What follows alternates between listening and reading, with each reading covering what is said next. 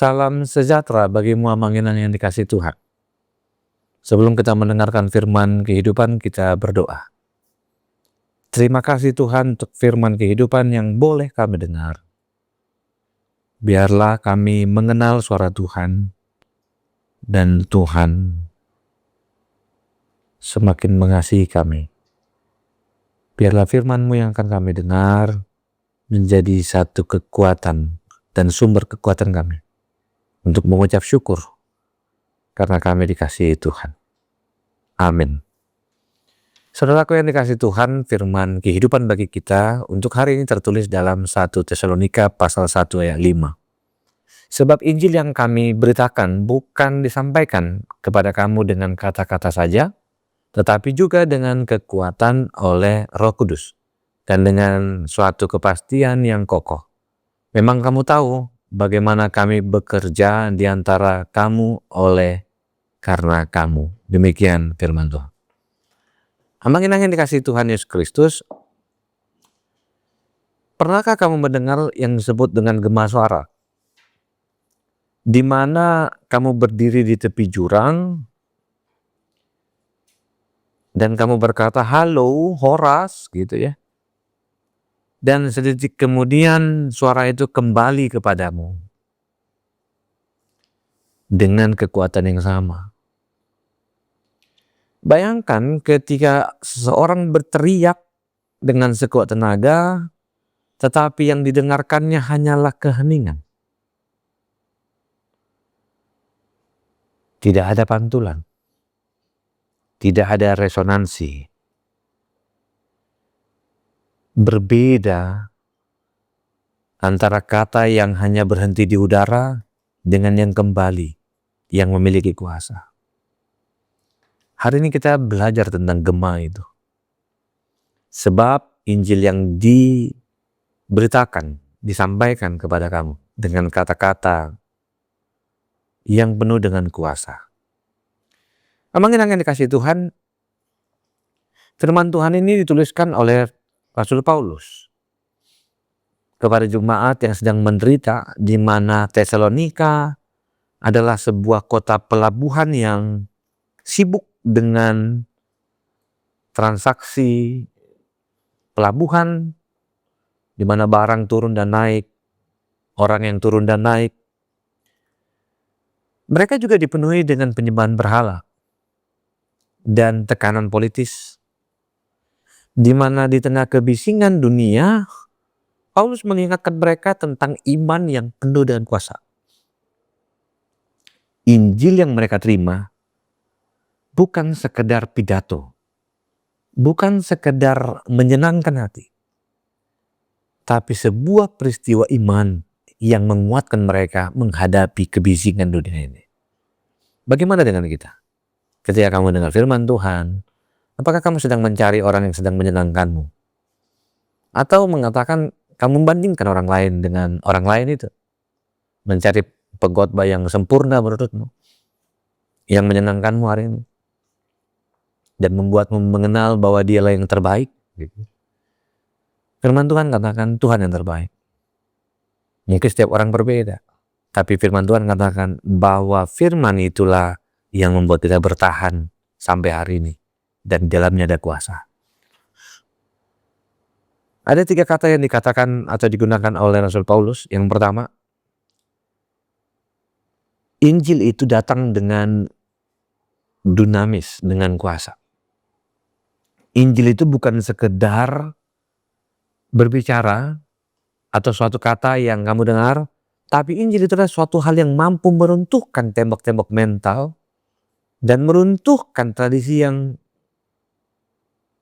merusak, yang tidak memerdekakan, bahkan menjauhkanmu dari Kristus. Yang kedua, dia pakai kata Roh Kudus. Injil tidak bekerja secara mekanis, ia bekerja melalui pribadi Roh Kudus. Tanpa Roh Kudus, sehebat apapun cara orang memahami firman, pada prinsipnya adalah suatu hal yang tidak sempurna. Yang terakhir, ada satu kepastian dari apa yang kamu dengar. Kepastian yang kokoh bagaikan kapal yang berlayar dan berkembang. Di saat itu angin menerpanya, tapi dia kuat berlayar. Dan Injil itu membuat kita mengerti dia tidak akan pernah rapuh. Karena pada prinsipnya Injil itu disampaikan untuk menuntun kita dan mengenal bahwa ada Kristus yang terus mendampingimu. Firman Tuhan hari ini boleh kita dengarkan dengan satu undangan. Yang pertama, firman itu memiliki isi. Setiap orang yang mendengar firman Tuhan baiklah mengenal isinya, pesannya, bukan bunyinya. Memang bunyi dibutuhkan, tapi isinya jauh lebih penting. Saya ibaratkan dengan orang yang sedang menegur seorang anak. Mungkin yang dibutuhkan adalah isinya, bukan marahannya, bukan bentakannya, apalagi pukulannya.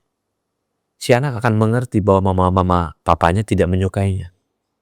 Si anak akan tahu ketika gurunya sedang memarahinya, bukan karena pukulan, bukan karena kekerasan, tapi isi dari pesannya. Yang kedua,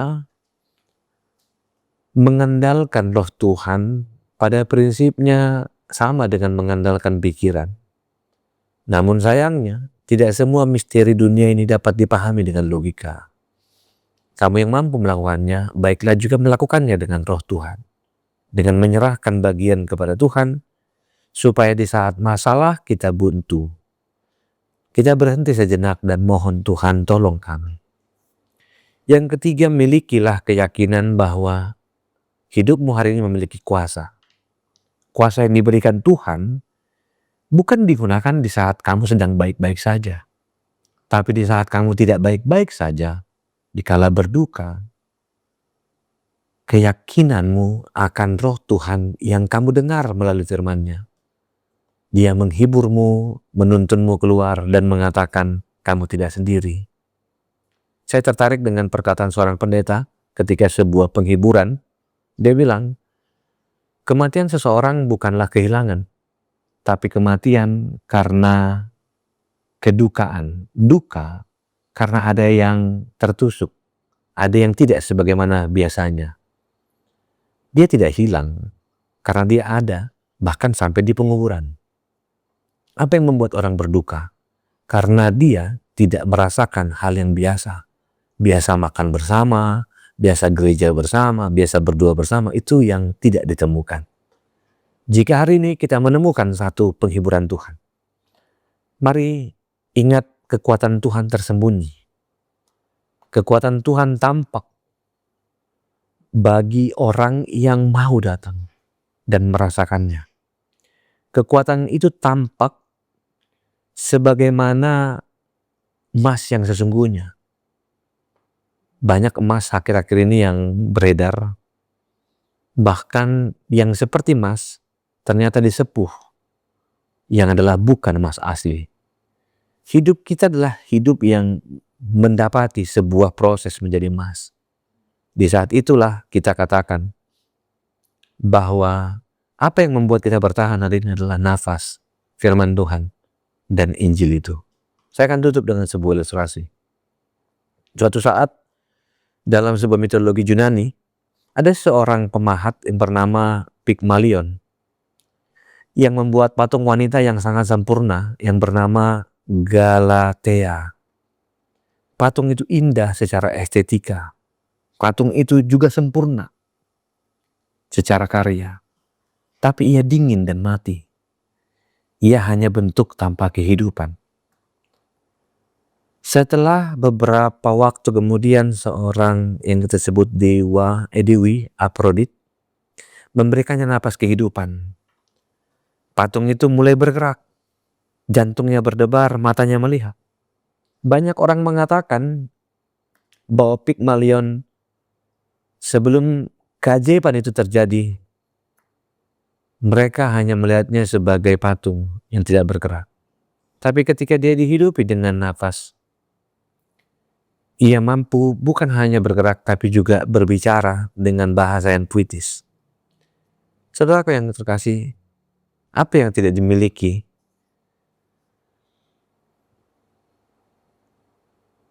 dari patung tadi?